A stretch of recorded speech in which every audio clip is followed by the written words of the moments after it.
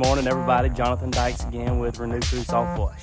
Today, Renew Crew is over in the Timberton community where we're about to do a large house wash, big driveway cleaning, gonna be doing some exterior window cleaning, and we also gonna be getting some straw that's on this pretty large roof here.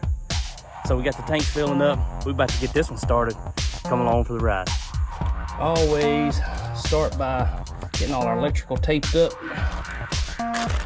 This is this exterior outlet right here is actually caulked up pretty good, so I'm only just putting this top piece of tape on here, and I'm not going to be spraying it directly, but this will give us an extra layer of protection. Always taping up keyholes. We don't want our solution to get into those keyholes and get them all rusted up. Here's another one.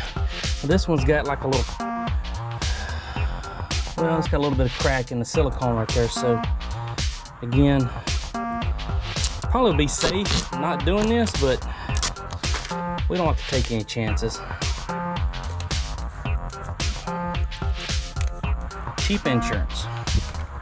Another cheap fix, quick and easy, is we like to use shower caps for these smaller junction boxes like this.